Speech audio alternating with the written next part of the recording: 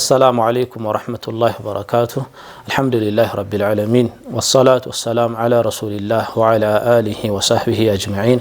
أما بعد ودت ملكاتوቻችን በደሴ ከተማ ከደሴ እንዲሁም በዙሪያዋ ካሉ ከተሞች ክፍለ ሀገራት ከተወጣጡ መሻይኾች ጋር የምንዳስሰውን ስለ አልዓቂዳ አልእስላሚያ ስለ ትክክለኛ የእስልምና አቂዳና ተያያዥ ርዕሶች የምንዳስስበት ፕሮግራም እነሆ የሚቀርብበት ሰዓት ላይ ደርሰናል።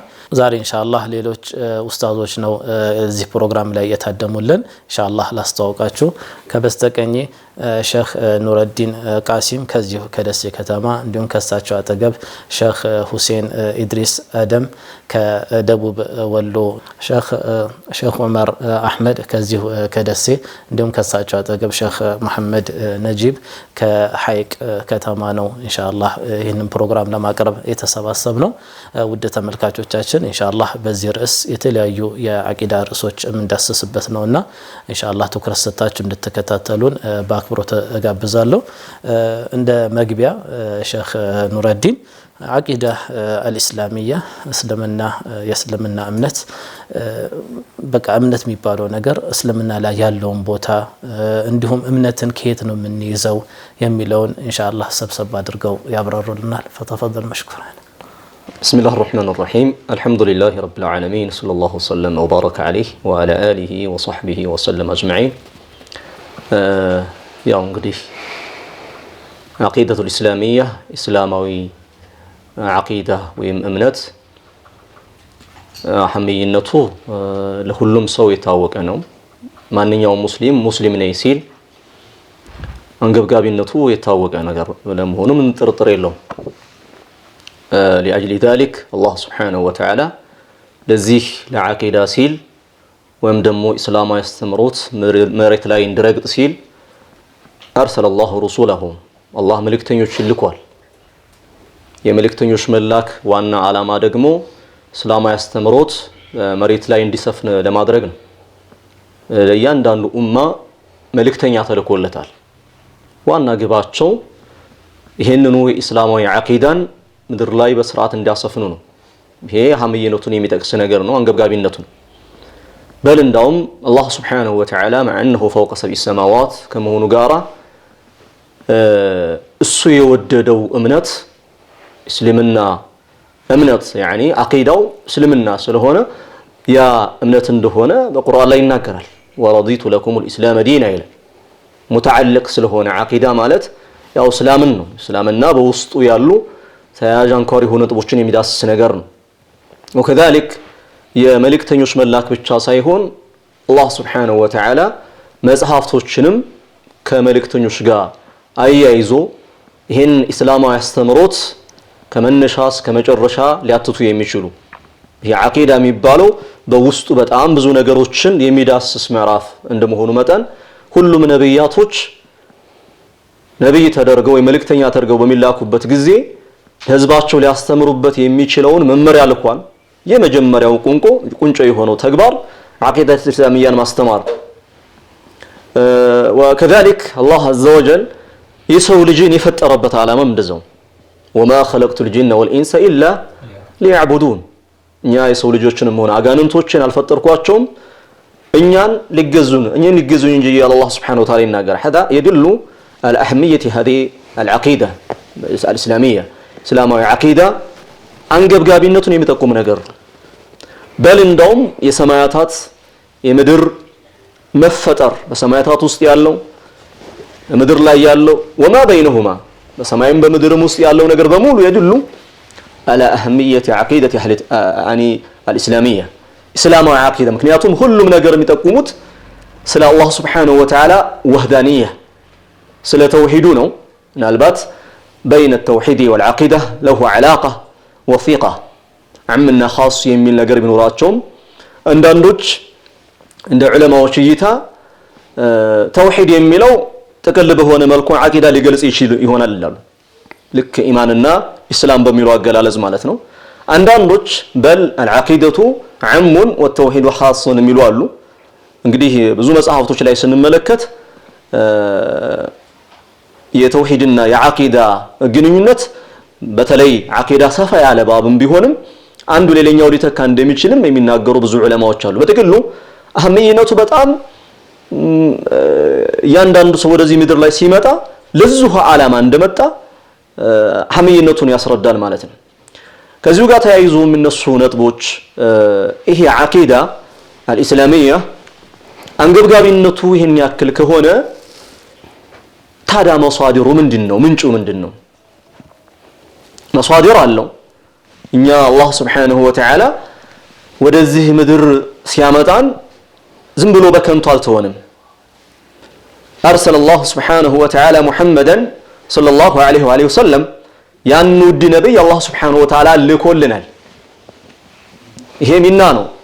አላህ Subhanahu Wa Ta'ala ለዚች ኡማ የዋለው ትልቅ ስጦታ ነው። እሳቸው ከመጡ በኋላ ደግሞ ይሄንን እስልምናን እንድንማር አድርገውናል።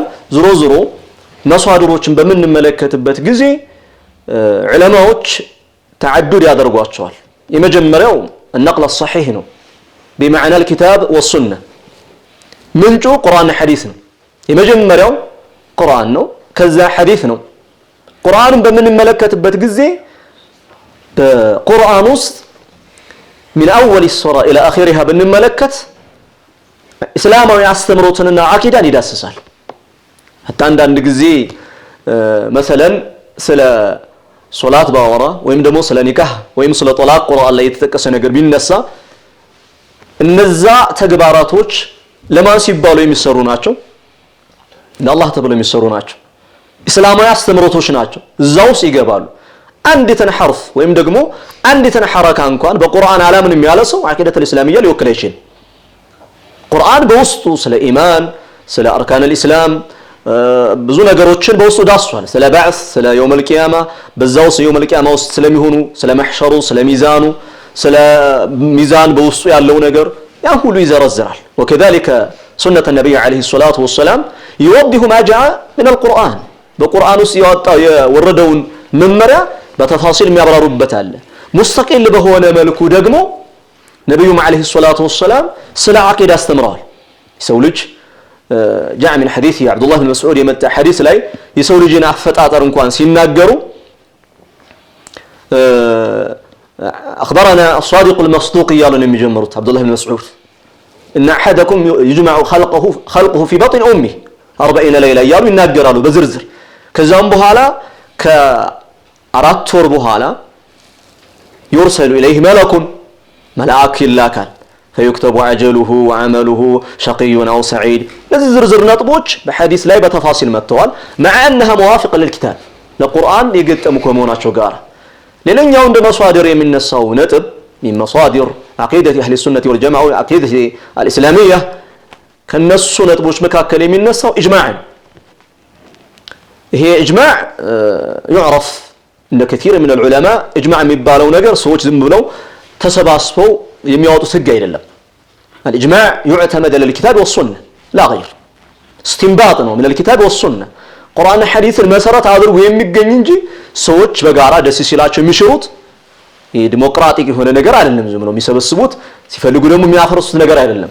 بل يعتمد لما يقول نبي من الكتاب والسنة ከቁርአንና ከሐዲስ መረጃ አድርገው የሚያወጡት ነገር አለ። ኢጅማዕ አለ። በተለይ በኢጅማዕ አርእስቶች ላይ የምንመለከታቸው ይሄ አስማኡ ሲፋ ላይ ብንገባ الله سبحانه وتعالى بقرآن لا يسكمداتشو صفات አሉ አስማዎች አሉ كل أسماء الله سبحانه وتعالى صفة له كلهم ስሞች የሱ ባህሪያቶች ከመሆናቸው ጋር በዝርዝር ያስቀመጣቸው የተለያዩ ቦታዎች አሉ። እንደውም ነብዩ አለይሂ ሰላቱ ወሰለም በሐዲስ ላይ ያስቀመጧቸው አሉ። እነዚህን እስቲንባጥ አድርገው ዑለማዎች ኢጅማዕ የሆኑባቸው ነጥቦች አሉ አስማኡ ሲፋ ላይ። ከዛ ውጭ አንድ ሰው ብድግ ብሎ የአላህ ስም ያልሆነው ሲፋ ያልሆነው ዛሬ ተነስቼ ያደርገዋለሁ ብሎ ቢነሳ ሊሆን አይችልም። ይሄ አንዱ ኢጅማዕ መገለጫው ባህሪ ነው። አንደኛው መሷዲር ነው መሷዲር عقيدة الإسلامية. وكذلك لو كم يتقصد مصادر مكاكل العقل الصريح والسليم نصه هنا أمره. يذكر ابن تيمية رحمه الله تعالى في كتبه المتعددة ببزو مسعفات شولين من ناقروت العقل السليم أو الصريح يوافق الكتاب والسنة. هي قلسي هنا نصه هنا بل إلى قلالة فطرة يلتال فطرة السليم ንጹህ የሆነ ተፈጥሮ ፊጥረቱላህ التي فطر الناس عليها ይሄ አላህ በቁርአን ላይ ትክክለኛ የሆነው ተፈጥሮ ለምን መነሻ ምንጭ ይሆናል ይላሉ አቂደተል እስላሚያን እንደ መረጃ ሆኖ ሊያገለግለን ይችላል ይላል ሱብሃንአላህ እንግዲህ እነዚህ በሰፊው የሚገለጹ ነገሮች ናቸው ለነዚህ ላይ ዑለማ በሰፊው መጽሐፍቶችን ጽፈዋል በጣም በሰፋፊ እንደ በብዛት ከሚታወቁት ኢብኑ መንደህ ካስቀመጧቸው መጽሐፍቶች حتى ኢማም አልቡኻሪ خلق افعال العباد ዛለ ያስቀመጣቸው ነገሮች ስንመለከት وكذلك امام اللالكائي رحمه الله تعالى عقيده اهل السنه والجماعه ሚላቸው ለዛ ላይ በዲቴል ስንገባ በጣም ብዙ እናገኛለን ባረከላሁ ፊኩም አፈን ሼክ አቋረጥኩት ኢንሻአላህ ሌሎችም ነጥቦች አሁን ያነሱትን ሰፋ አድርገን ኢንሻአላህ እናያለን በዋናነት ሼክ ያብራሩልን حفظه የአቂዳ መሳዲር የሚባሉት ነገሮች አልቁርአን ወሱና እንዲሁም ኢጅማዕ እንደሆነ ነው ምናልባት ይሄ አቅልን እሱ ጉዳይ ላይ ተወሰነ ማብራሪያዎች ይኖራሉ በዋናነት ሶስቱን በደንብ አብራርቶልናል ኢንሻአላህ ሌሎች ደግሞ እንደዚህ ከትክክለኛው አቂዳ የወጡ ቡድኖች ደግሞ እንደ መረጃ ምንጭ የሚያደርጓቸው አሉ ለምሳሌ ኪታብ ግልጽ ነው ቁርአን ላይ የተነገሩት አላህ እንድናምን የሚፈልጋቸው ነገሮች እናምናለን ሐዲስም ላይ ነብያችን ሰለላሁ ዐለይሂ ወሰለም ስለ አላህ የነገሩ እንዲሁም መታመን የሚገባቸው ርዕሶች በአጠቃላይ አቂዳ ርዕሶች እናምናለን ዑለማዎች ኢጅማዕ ያደረጉበት ከሳህቦች ጀምሮ ማለት ነው ሁሉ የተስማሙበትን እምነት ነክ ጉዳዮች ሁሉ እናምናለን ከዚህ በተቃራኒ ግን የአንዳንድ የቢድዓ የጥመት ቡድኖች ማለት ነው እንደ አቂዳ ምንጭ አድርገው የሚጠቀሟቸው ነገሮች አሉና እሱንም ያነሳን ኢንሻአላህ ትክክል እንዳልሆነ ምናይበታል በዋናነት ይሄ አቅል የሚባለው ነገር አእምሮ ላይ ብቻ በመደገፍ የአእምሮ ማስረጃዎችን ከቁርአን ከሐዲስ ያስቀደሙ ማለት ነው በዚህ ብቻ መሰረት አድርገው የተለያየ ጥፋት ውስጥ የገቡ ቡድኖች አሉ እኒና መሰል ነገሮችን ደግሞ ኢንሻአላህ እናያለን ሼክ ሁሴን ኢንሻአላህ እስኪ ሌሎች የቢድዓ ቡድኖች መደገፊያ የሆናቸውን የአቂዳ ምንጮች ምንድናቸውና ትክክል እንዳልሆነ ኢንሻአላህ አብራሩልን ቢስሚላህ وأصلي وأسلم على رسول الله وعلى آله وصحبه ومن والاه إن شاء الله ያው በመሰረቱ አብዛኛውን ኡስታዝ ሼክ ኑረዲን ቃሲም በደንብ አድርገው ገልጸውታል አብራርተውታል ሐቂቃ ያው እንደሚታወቀው የአቂዳ ጉዳይ ወይም የተውሂድ ጉዳይ የኛ ሰባዊ ባህሪያችን ነው ወይም አላህ Subhanahu Wa Ta'ala እዚች ምድር ላይ ሲያመጣን የመጀመሪያው ተግባራችንና የመጀመሪያው ምን ይዘው ልብሳችን ባህሪያችን አድርገን ሊንይዘው የሚገባ ጉዳይ ነው ስለዚህ ይሄ ከባድ ትኩረትና ጥንቃቄ ልንሰጠው ተሚገቡ ነገራቶች የመጀመሪያው ነው ያው ለዚህ ነብዩ ሰለላሁ ዐለይሂ ወሰለም አብዛኛውን የነብይነት ዘመናቸውን ወደ 13 አመት ከበባ ይሄን ያክል እድሜ ለተውሂድ እንደሰጡና አቂዳን ለማስተማር ወይም አላህ Subhanahu Wa Ta'ala ለማስተዋወቅ ብቻ ይሄን እንደፈጁ ይታወቃል ለዚህም መክፈል ያለባቸው በርካታ መስዋዕትነት እንደከፈሉ ይታወቃል ይሄን እንደቀላል የሚያው ቡድኖች ግን እንደቀላል ዝም ብለው በራሳቸው አእምሮአቸው በፈበረከላቸው ነገር ወይም ደግሞ በራሳቸው እንደ መሳድር ብለው የሚያምኑትን ይሄን አቅል በነገራችን ላይ አቅል ያው ትልቅ ቦታ አለው አላህ Subhanahu Wa Ta'ala ሲፈጥረን አቅል አድርጎ ተንሰሳ ለይቶ ነው የፈጠረንና የኛ አቅል ደግሞ የተለያየ አመለካከት ያው በተቃራኒም ደግሞ ያው ስሜት ሻህዋ እንትን የሚባለው ነገር ወይም ደግሞ ሀዋ የሚባለውም ከዚሁ ከአቅል ጋር የተያያዘ ነውና ቁርአን የወረደው ይሄንን ወደ አንድ ለማምጣት ነው ያው እንደሚታወቀው እኛ ለምሳሌ እዛ አካባቢ ያለን ሰዎች አምስት ነን አምስታችንም የተለያየ አቅል ይኖርናል የተለያየ የምንረዳው ነገር ይኖራል የተለያየ የምናስበው ነገር ይኖራል ቁርአን ደግሞ የመጣው ሁላችንንም አቅል ወደ አንድ ለማምጣትና በዛ ነገር እንድናምን ነው እንጂ ተበታትነን ሁላችንም በተረዳነው እንድንሄድ አይደለም ሰዎች አቅል ብቻ ባላቅላቸው ቢተው ኖሮ نعم ለአቅል ብቻ ተሆነ በቃ ልክ ነም እንዳለ እኛ አሁን እነዚህ ማህበረሰቦች እየታገሉ ያሉት ቁርአኑን ወይም ደግሞ ይሄንን ነቅሉን የሚባለው ነገር ወደኛ አቅልና ቶሎ ነው ቁርአኑ ደግሞ የናንተ አቅል ወደኔ ምጣ ያለ ነው የምታገል እዚህ ጋር ኢብኑ ተይሚያ ረሂመሁላሁ ተዓላ አፎን ለአቋረጥኩት አሁን እንትኖችን ስናይ እንዲ ሙዕተዚላ የሚባል ቡድን አለና አላህ ይታይ የሚል እንትን አላቸው አቋም አላቸው በጎን ደግሞ አሽዓራ የሚባል ቡድን ደግሞ አላህ ይታያል ይላል የሁለቱም መነሻቸው አቅል ነው አሁን አቅልን ፈራጅ ብናደርገው ኖሮ የማን ነው ትክክል የሚለው እንትን አይልም ስለዚህ አቅል ብቻው ሙስተቂል ሳይሆን የግድ ከቁርአን ከሐዲስ ድጋፍ ይፈልጋል ያ ቁርአን ሐዲስ ላይ የመጡትን ነገር አእምሮ ሊቀበለው በሚችል መልኩ ነው የመጣውና ስለዚህ አንድ ለማድረግ በአቅል ብቻ ልንብቃቃ አንችልም የሚለው ነው በአቅል ብቻ መብቃቃት ብዙ ነገሮችን ነው የሚያስተን የመጀመሪያው ያው የአመጣጡን አላህ Subhanahu Wa Ta'ala መልእክተኞችን የላከበትና አላማ ሁሉ ያስተናል ምክንያቱም ረሱል አለይሂ ሰላቱ ወሰለም ሲያስተምሩ የነበሩ ሌሎችም ነብያቶች ሲያስተምሩ የነበሩት እንደዚሁም ሰለፎች ያው እንደሚታወቀው ለኛ በታማኝነት እና በትክክለኝነት በሐቅ ወደኛ ማንኛውንም ይሄ አህካም الدينية والعقدية والشريعة ሁሉንም የሚያስረክቡን እነሱ ናቸውና እነሱ የነበሩበትን እና እነሱ ያስረከቡንን ትልቁን ተልእኮ ተተን አቅላችንን እንመራካለን መስመር ይስታል ሁለተኛ ያው ቅድም እንዳልነው አቅል የተለያዩ ነገሮችን ይረዳልና ከነቅል ታገለለ ፋይዳ ስለሌለው ይሄ ነው የመጀመሪያው ያው እነሱ ዝም ብለው በራሳቸው የሚከተሉት አቅል የሚባል መሰረታዊ ብለው የሚያምኑት ግን መሰረተ ቢስ የሆነ ነገር ስላላቸው ነው ከዛ ባሻገር ደግሞ ከዛ ወዲህ ከትውልድ ትውልድ ተረማምዶ ወይም ደግሞ ቢያንስ በርካታ ወደ ያንዳንዱን የነዚህን ምንጮች ብናይ ወይም ወደ አቅል استدلال የሚያደርጉ ግለሰቦችን ብናይ ወዲህ የመጡ እዚህ ቅርብ የሆኑ ማህበረሰቦች ናቸውና ከዛ በስተፊት የነበረው ትውልድ ወይም ደግሞ ህዝብ ያለ አቂዳ የኖረ የሚያስመስል ነገር ነውና በመሰረቱ በአጠቃላይ አቅልን ብቻ መከተል በቂ አይደለም አዋጭም አይደለም ወደ ዋናው ወደ አህለ ሱና ወል ጀማዓ አካሄድ ስንመጣ ግን ቅድም ኡስታዝ እንደገለጡት የራሱ የሆነ አልহামዱሊላህ ይሄ መሳዲሩ ሸሪዓ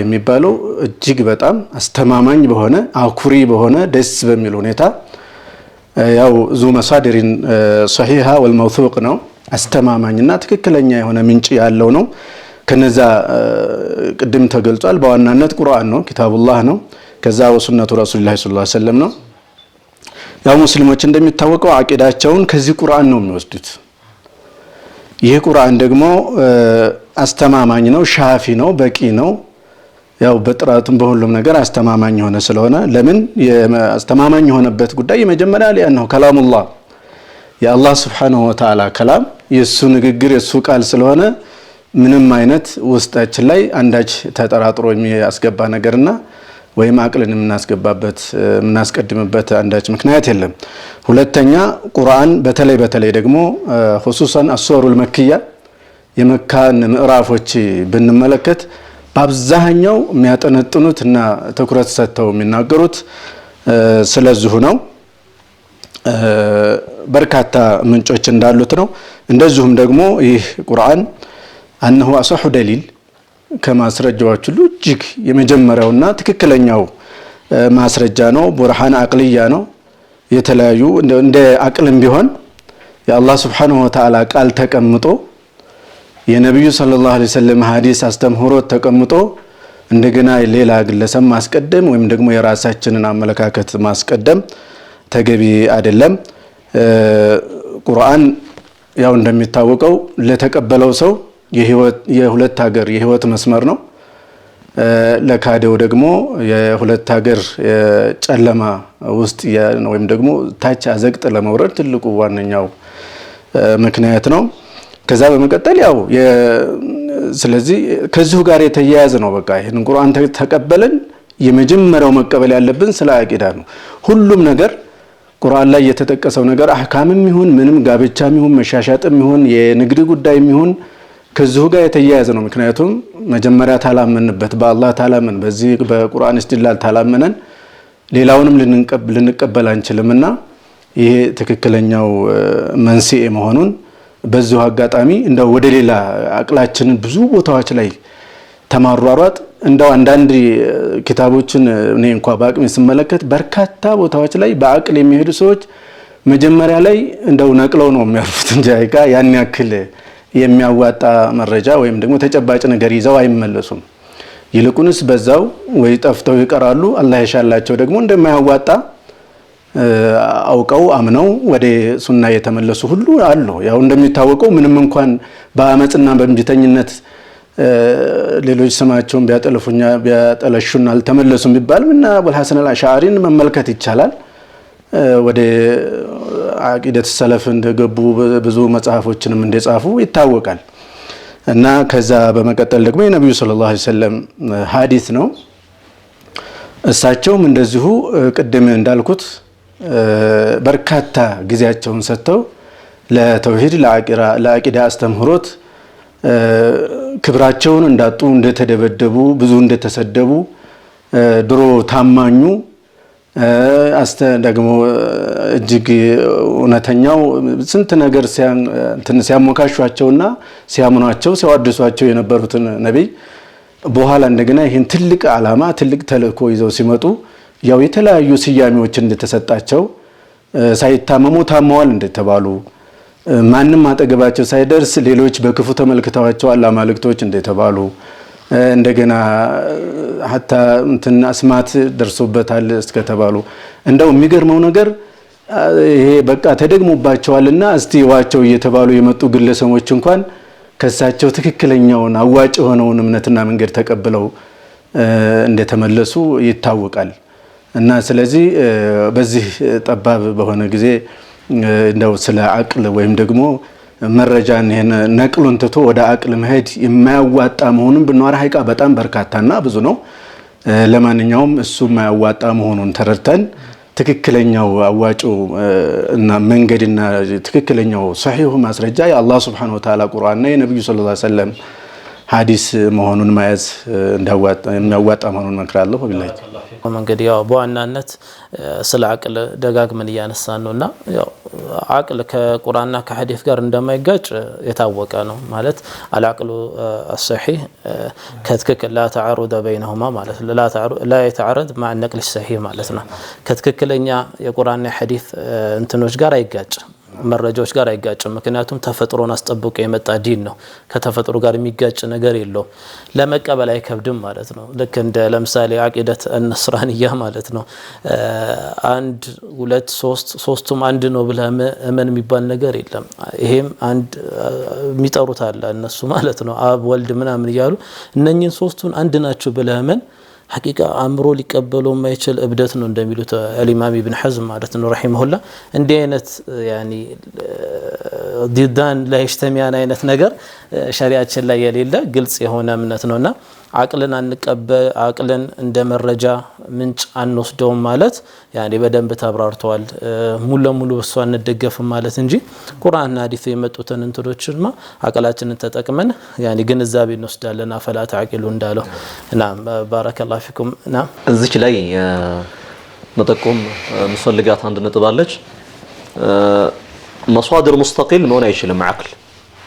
ይሄ በሁሉም ዑለማዎች ዘንዳ የተስማሙበት ራሱን የቻለ በል እንዳውም ሸይኹል ኢስላም ኢብኑ ተይሚያ ረሂመሁላሁ ተዓላ تعارض العقل والنقل هنا رد አላቸው للذين يقدمون العقل من النقل عقላቸውን ይሄን አስተሳሰባቸው ብዙ ፊረቆችን ብንመለከት መነሻ መንጫቸው ይሄ ነው።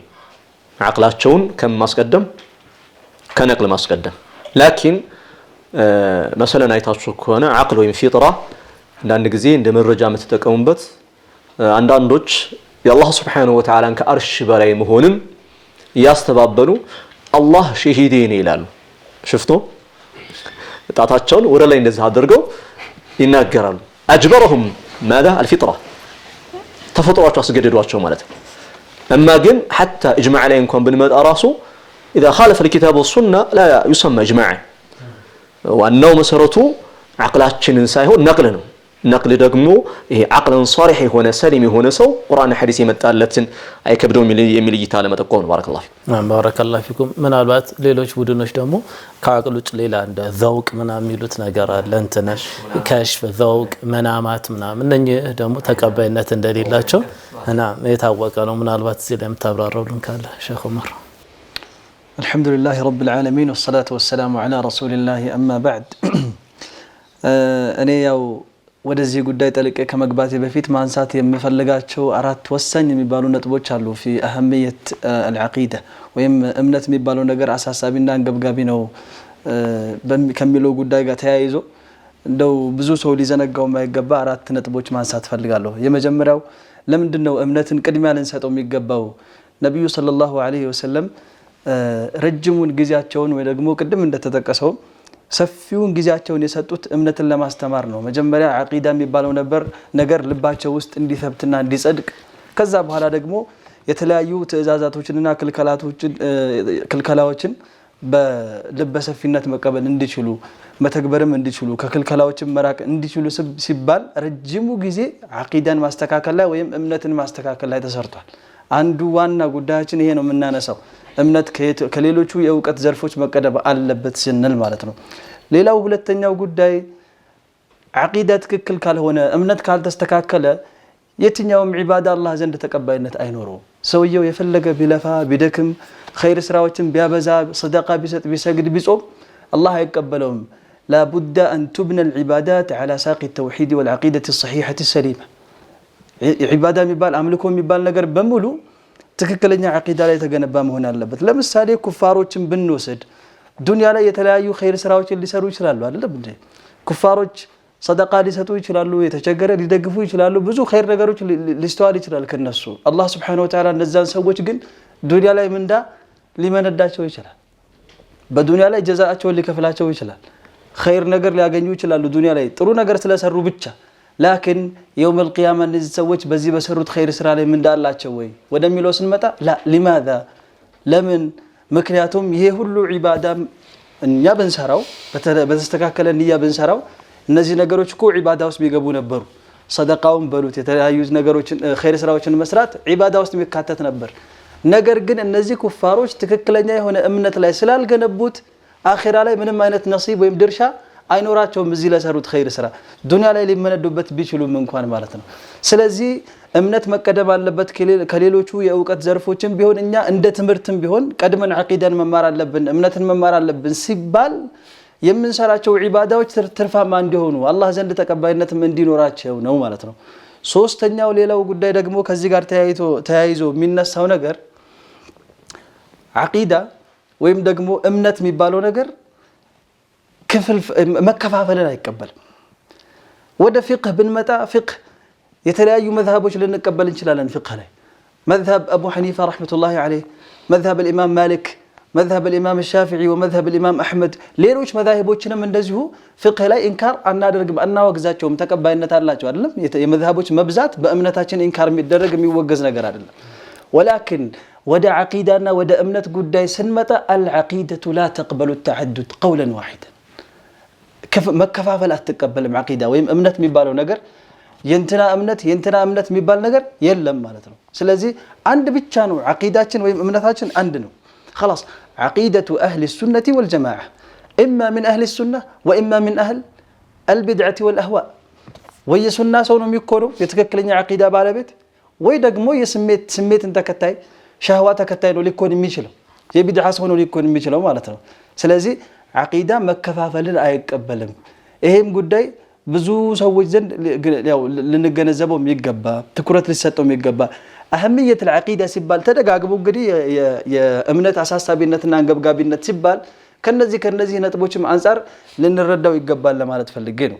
ከዛ በመቀጠል ደግሞ ቅድም በተነሱት ነጥቦች ላይ من مصادر العقيدة الصحيحة ትክክለኛ የሆነው እምነት ከየት ነው የሚመነጨው መሰረቱ ምንድነው ወደሚባለው ነጥብ ስንመጣ ደግሞ በጣም ደስ የሚሉ ነጥቦች ሲያነሱ ነበር እነ ሼክ ኑረዲን እነ ሼክ ኢብራሂም ሁላቸውም። ግን ላስታውስ የምፈልገው ደግሞ እዚች ጋር አንድ መጨመር የምፈልጋት አንዲት ፋኢዳ القرآن والحديث النبوي الصحيح ሁለቱ መሰረታዊ የሆኑ አሳሲ የሆኑ የዓቂዳ ምንጮች ናቸው። የእምነት ምንጮች ናቸው። ሌሎች ደግሞ ፍሩዕ የሆኑ المصادر الفرعية ተብለው የሚጠሩት እንደነ ኢጅማዕ አይነቶቹ عقل ያው مستقل የሆነ የዓቂዳ ምንጭ ወይም የእምነት ምንጭ ሊሆን አይችልም ولكن إذا كان العقل صريحا سليما فهذا እንደዚህ አይነት عقل ከሆነ ትክክለኛ صحيح የሆነ ምንም ያልተበላሸ በሽታ ያልነካው ያልተበከለ አይነት عقل ከሆነ ትክክለኛውን ዓቂዳ ለማግኘት ወደ ትክክለኛው እምነት ለመድረስ ወሲላ ሊሆነን ይችላል መዳረሻ ሊሆነን ይችላል። እዚች ጋር ግን ላነሳት የምፈልጋት ነገር መስደራችን ቁርአንና ሐዲስ ነው ብለን ጸጥ ማለት አግባብ አይመስለኝም ብዙ ጊዜ ማለት ነው። ለምን መሰላችሁ? لأن أهل الباطل يرددون هذا دائما هذا ديدنهم ዓቂዳቸውን ወይም እምነታቸውን በሚገልጹበት ጊዜ ለሰዎች ሲያስተምሩ መረጃቸውን የሚጠቅሱት ቁርአን ሐዲስ ነው። ለምሳሌ ሙዕተዚላዎችን ቅድም ያነሳውን ሐሳብ ብናነሳ አላህ Subhanahu Wa Ta'ala يوم القيامة በአይን እንደማይታይ ሲጠቅሱ ወይ ደግሞ ይሄንን እምነታቸውን ለሰዎች ሲያሰርጹ የሚጠቅሱት እኮ የቁርአን አያ ነው። قال لن تراني የምትለውን የቁርአን አንቀጽ ያችን ነው የሚያመጡት። ቁርአን መክሉቅ ነው የሚሉት ሰዎች ምንድነው የሚጠቅሱልን መረጃ? ما يأتيهم من ذكر من ربهم محدث إلا استمعوه የሚለውን የአላህን የቁርአን አንቀጽ ጠቅሰው ነው ቁርአን ሙህደት ነው يعني መክሉቅ ነው خلاص። እንደዚህ አይነት ባጢል የሆኑ ወይም ደግሞ ትክክለኛ ያልሆኑ ዓቂዳቸውን ትክክለኛ ያልሆነ እምነትን ወደ ሰዎች የሚያቀርቡት የቁርአን አንቀጾችንና የነብዩ ሰለላሁ ዐለይሂ ወሰለም ሐዲሶች እያጣቀሱ ሊሆን ይችላል። ስለዚህ እዚህ ጋር ልንጨምር የሚገባው አንድ ወሳኝ ነጥብ ምንድነው? القرآن والسنة على فهم سلف الأمة።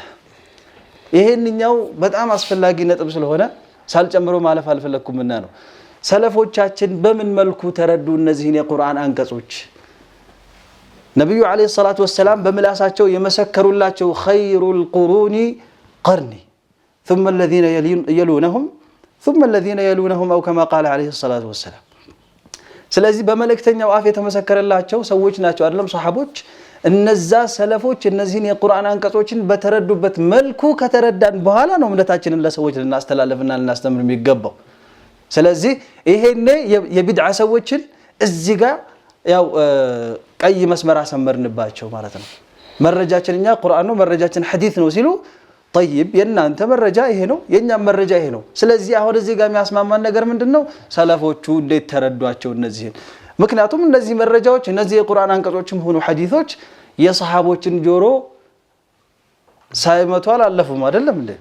ሰሃቦች መጀመሪያ ሰምተዋቸው ከነሱ አልፈው ነው እኛ ጋር የደረሱትና እነሱ እኛ የሰማነውን ሰምተዋል ቀድመው እንደዚህ ተረድተውታል የሚለውን ነገር በማየት ወደ ትክክለኛው መንገድ መድረስ እንችላለን ብዬ አስባለሁ ማለት ነው። እና እዚህ ጉዳይ ላይ እንግዲህ እቺን ነገር መጥቀስ ፈልጋለሁ ነው። ባረከላሁ ፊክ። ትክክለኛ መጨመር ያለበትን ነጥብ ነው ያስታወስከን። ባረከላሁ ፊክ።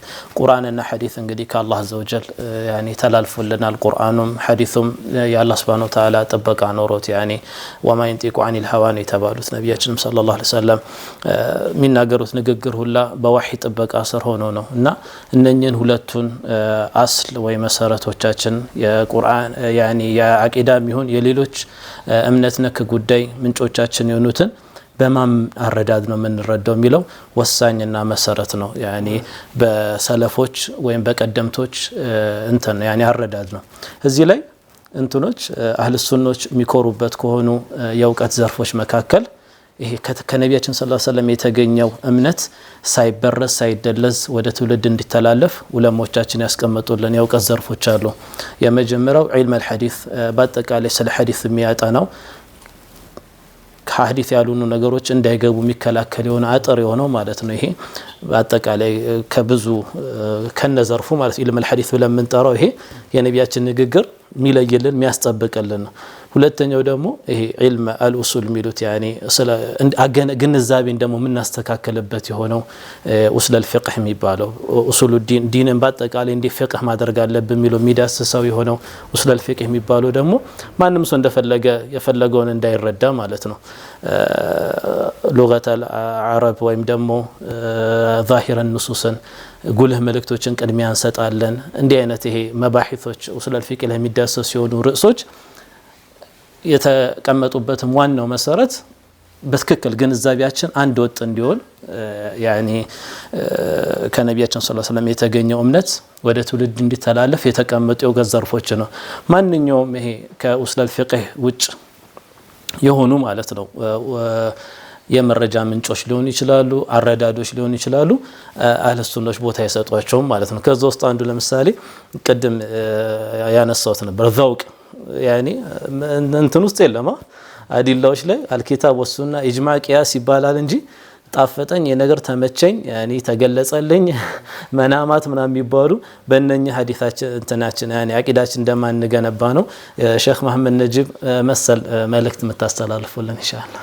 ቢስሚላህ አልሐምዱሊላህ ረቢል ዓለሚን ወሰለላሁ ወሰለም ወባረከ ዐላ ነቢይና ሙሐመድ ወዐላ አሊሂ ወሰህቢሂ አጅማዒን። ኢንሻአላህ ያው አህሚየቱ ተውሂድ የሚለው እንደው የተወሰነ ታዕሊቅ ባረግ ደስ ይለኛል። ዋቅዕየንም ከማስተዋስ ነው። አህሚያ የሚባለው ለምሳሌ የዓረበኛ ኪታብ የሚጽፉ ሰዎች አህሚያውን የሚጠቅሱበት አነጋገር አላቸው። የሶርፍ የፊቅህም ማለት ነው። ለምሳሌ ቁርአን ላይ ስንመለከት ኢያከ ነዕቡዱ ወኢያከ ነስተዒን ዑለማዎች እንደሚያስቀምጡት ተቅዲሙል መዕሙሊ ዩፊዱል ሐስር ወልቀስር ይላሉ። ነዕቡዱከ ወነስተዒኑከ ቢባል እንደ ዓረበኛው አካካድ ምንም አልነበረም።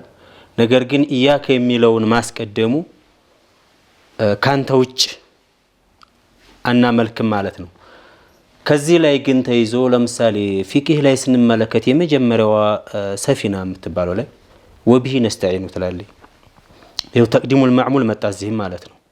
ይሄ ምንን ያመላክታል? አሁን አህምያን የዓቂዳን የተውሂድን አህምያ የሚያመላክት ነው። አለፍ ብለን ሶርፍ ላይ ለምሳሌ መራህ የሚባለው ኪታብ ላይ ምንድነው ወቢሂ አዕተሲሙ ይላል። አሁን እንደዚሁ ተቅዲም እያደረገው ነው። መዕሙሉን ተቅዲም እያደረገው ነው። ወቢሂ ላ ቢገይሪሂ ነው በቃ። እንደውም ደግሞ አጀሩማ ላይ ስንገባ ደግሞ ወቢሂ ነስተዒኑ አውነከ ያ ከሪም ይላሉ። ወቢሂ ነስተዒኑ አውነከ ያ ከሪም ቢሂ ላ ቢገይሪሂ ማለት ነው። እንዲህ አይነቶች ነገሮች አሉና አህምያው የሚባለው ነገር በደንብ አድርጎ ኪታቦች ላይ ይዳሰስና ነገር ግን ወደ ሌላ ወደ ቢድዓ ነገር መጠጋት ሲመጣ ከእንዲህ አይነት ነገሮች ራሱ እምነትን መያዝን ወደ ኋላ የሚደረግበት ነገር አለ። ወይንም ሸኾቹ ሊሆን ይችላሉ የሚያዝባቸው አቂዳ ወይንም ደግሞ መናም ሊሆን ይችላል። ለምሳሌ ሱፊያዎች አካባቢ ላይ እንደሚታወቀው ሃኡላይ አኸዙ መይትን አመይት እኒህን ሷሃባዎችን ወይንም ሰለፎችን ከሞተ ሰው ነው ከሞቱ ሰዎች ሰነዱን ነው የያዙት፣ እኛ ግን ሙባሸረተን ነው የሚሉት አባባል አላቸው። ይሄ በቃ ባጢል ነው እንዲህ አይነቱ ነገር ማለት ነው። ወይንም ደግሞ ከመናም የሚገነቡ አሉ አቂዳቸውን። እንዲህ አይነቶቹ ነገሮች ቅራአቱ በዚህ መልኩ ይቀራል። ወቢሂ ነስተዒኑ ብሎ ይቀራል ሰፊና ሲጀምር። ጧት ማታ ኢያከ ነዕቡድ ወኢያከ ነስተዒን ይላል። ከዛ ዙሮ እንደገና ሌላ እስቲዓና ሲያደርግ ወይንም ደግሞ ሌላን ሲጠይቅ እንመለከታለን ማለት ነው። ስለዚህ እንዲህ አይነቶች ነገሮች የሚያመጡብን እምነታችንን በትክክል ከቁርአንና ከሐዲስ አለመያዛችን አላ ፈህሚ ሰለፊ هذه الامه እንዲሁም ደግሞ አቅላቸውን ደግሞ ያለ መጠቀምም ነገር አለ። አህለ ሱነት ወል ጀማዓ አቅልን ሙስተቂል አያደርጉትም እንጂ በአቅላቸው ተደግፈው ቁርአንና ሐዲስን ይረዳሉ። እነዛ ሰዎች ግን አቅላቸው ሙሉ በሙሉ ሸኾቻቸው ይሰጣል። ከዛ በኋላ ሸኾቹ ጥሩ ያሉት በቃ ጥሩ ነው፣ ሸኾቹ ደግሞ ጥሩ አይደለም ያሉት ነገር የዚህ አይነት ነገሮች ስላሉ ነው። ሁለተኛ ተዓሩድ አለባቸው። ለምሳሌ ማቱሪያና አሽዓሪያ ተብሎ አሁን እኛ ሀገር ላይ ይዘመርላቸዋል፣ አንድ እንደሆኑ ይታወቃል። ነገር ግን ማቱሪዲያዎች አሽዓሪያዎችን ተከትሎ ሶላት መስገድ አይቻልም ይላሉ። لأنهم شكاكون في إيمانهم ይላሉ። لا تجوز الصلاة خلفهم لأنهم شكاكون في إيمانهم ይላሉ። በኢማናቸው ስለሚጠራጠሩ ለምንድነው እንደዚህ የሚሉት? نحن مؤمنون إن شاء الله ስለሚሉ አሽዓሪያዎች ማለት ነው። ስለዚህ እችን ምን ያደርጓታል? ኢማናቸውን ይሸክከዋል ብለው ማለት ነው። በዚህ ሶላት መከተል አይቻልም ብለው እስከ ማለት ድረስ እና አህሉል ቢድዖች እርስ በርሳቸው አንዱ ሶላት አይከታተልም፣ ተዓሩድ አላቸው። እዛ አንዱ የተናገረው በሌላ በኩል ላይ ደግሞ ሲኒደው ነው የምትመለከተው። ይሄ ሁሉ መንስኤው ምንድነው? ቁርአንና ሐዲስ ላይ በዛ በሰለፎች አካካድ አለመከዱ ነው የዚህ አይነትን ተፈሩቅ የሚያመጣብንና ማለት ነው። ስለዚህ ሁሉም ሰው ሙስሊም ነኝ ብሎ ካለ አላህ ስብሓነሁ ወተዓላ ያወረደው ኪታብ ቁርአን አለ። በዛ ኢዕቲሳም ማድረግ በሐዲስ መከተል ሰለፎቻችንን መከተል ከዛ ውጭ ያሉ ግን የእምነት መያዣ የሚባሉ ነገሮች ፈልሰፋ ሌላ ቅጅት መናም ምናምን ነውና የሚሆኑት እንደ አይነቶቹ ነገሮች ተገቢ ስላልሆኑ ሁላችንም ወደ ቁርአን ወደ ሐዲስ መመለስ ይኖርብናል ነው። ዝሮ አቂዳን ስንመለከት የአቂዳን ምናነሳበት ከዚሁ ከቁርአን ነው የሚሆነው ማለት ነው። ለምሳሌ ሌላ ጭቅጭቅ እንኳን ቢመጣ እዛው ላይ መፍትሄውን ስላስቀመጠልን እንተናዘዕቱም ሸይእን ፈሩዱሁ ኢለላሂ ወረሱል ብሎ ስላለ ጭቅጭቅ እንኳን ቢመጣ ሙስሊሞች ዋህዳቸውን ቢያስቡና ሌላ ነገሮችን አቅላቸውን ባይጠቀሙ ወይንም ደግሞ ሌላ ኸያል ቅጅት ምናምን ነገር ባይኖር ኑሮ ኺላፍ ቢፈጠር እንኳን ቁርአኑ ምን ይላል በዚህ ቁርአን ሰለፎችስ ምን ብለዋል ብሎ መወያየት ስለሚቻል በዚህ መልኩ አድርገን ሁሉም ሙስሊም ወደ ዓቂደተ ሶሒሃ ወደ ዓቂደተ ሰለፍ የማንም ስያሜ አይደለም። የዓቂደቱ ሰለፍ ብሎ ማለት የነብዩ አለይሂ ሰላቱ ወሰላም የአቡበክር የነ ዑመር ነው። ምናልባት ፊረቅ ላይ ያሉ አካሎች ነብዩን አለይሂ ሰላቱ ወሰላም እንወዳለን ይላሉ፣ እንከተላለን ይላሉ፣ አቡበክርንም እንወዳለን ይላሉ። ይሄ ከሆነ ደግሞ የአቡበክርን ዓቂዳ መከተል የሁላችንም ስራ መሆን አለበት ብላለው። والله اعلم بارك الله فيكم። እንግዲህ ደጋግመን ያነሳ ነው ይሄ ዓቂዳ የሚባለው ነገር ያኒ ተውቂፍያ ነው። በቁርአን በሐዲስ ላይ እንትን ያኒ ያጠረ ነው። ቁርአንና ሐዲስ ካልነገረን በስተቀርኛ ራሳችን አቅላችንን ወይም ሌሎች ነገሮችን አናስቀድም። አላህ ዘወጀል ያ አዩሃ الذين آمنوا لا تقدموا بين يدي الله ورسوله ብሏል። ያኒ ከአላህና ከረሱል ፊት ቀደም ማለት አይቻልም። حتى ነብያችን ሰለላሁ ዐለይሂ ወሰለም ባሉበት መድረክ ራሱ ድምጽ ከፍ ማድረግን አላህ ከልክሏል አይደለም። ኢብኑ አልቀይም ያኒ አላህ እዚህ ጋር ድምጽ ከፍ ማድረግን ከከለከለ فكيف يعني بما يقدم رأيه من رأيه صلى الله عليه وسلم يعني ከነብያችን ራእይ በፊት ደግሞ የራሱን ራእይ የሚያስቀድም ደግሞ ምን ይባላል? አንዳንድ ሰው አይዋጥለትም ማለት የቁርአንና የሐዲስ እንትን ያኒ ንሱሶች አይዋጡላቸው። ከዛ ይልቅ የራሱን ይሄ ኢልመል ከላምና የሚሉት ነገር አለ።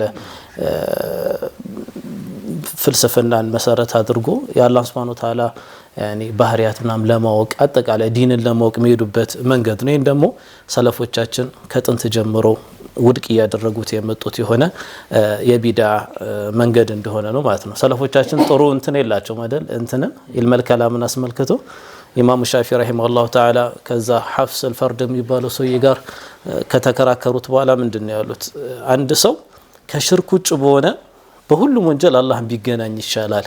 ያኒ ኢልመል ከላም አጥንቶ ማለት ነው አላህን ከሚገናኝ ሐፍስ الفرد ከሱ ጋር አውርቼ የሰሞትን ነገር ለመናገር ራሱ ያኒ ከብደኛል ይላል። ላስተጢዕ አህኪያሁ ማለት ነው። እዚህ ደረጃ የደረሱበት የሆነ ከባባድ የሆነ ያኒ እነ ቀደምም ሼኽ ሁሴን አንስተውታል። ሼኽ ኢድሪስ ነው ሼኽ ሁሴን አንስተውት ነበር። ሄደው እንደተመለሱ ማለት ነው። ኢልመል ከላም ላይ በደንብ ሄደውበት ላኪን አያጓጣም ብላቸው እንደተመለሱ ፈውስ ያገኙት እርካታ ያገኙት በቁርአን በሐዲስ እንደሆነ ተወቁፍ ማለት ነው። ይሄ ነው ኢንሻአላህ መስደሩን አይተናል። አቂዳችንን የምንይዘው ከቁርአን ከሐዲስ እንዲሁም ሰሃቦች በተረዱበት የነሱን ግንዛቤ መሰረት አድርገን ነው። ሌሎችም የአቂዳ ርዕሶች ይኖራሉ ኢንሻአላህ ላኪን ሰዓቱ ሄዶብናል። አፉትሉን አላችሁ በደንብ አላዳረስ ነው። ውድ ተመልካቾቻችን የዛሬው ፕሮግራም እዚህ ጋር ያበቃል። በሚቀጥለው ፕሮግራም እስከምንገናኝ ድረስ ወሰላሙ አለይኩም ወራህመቱላሂ ወበረካቱ።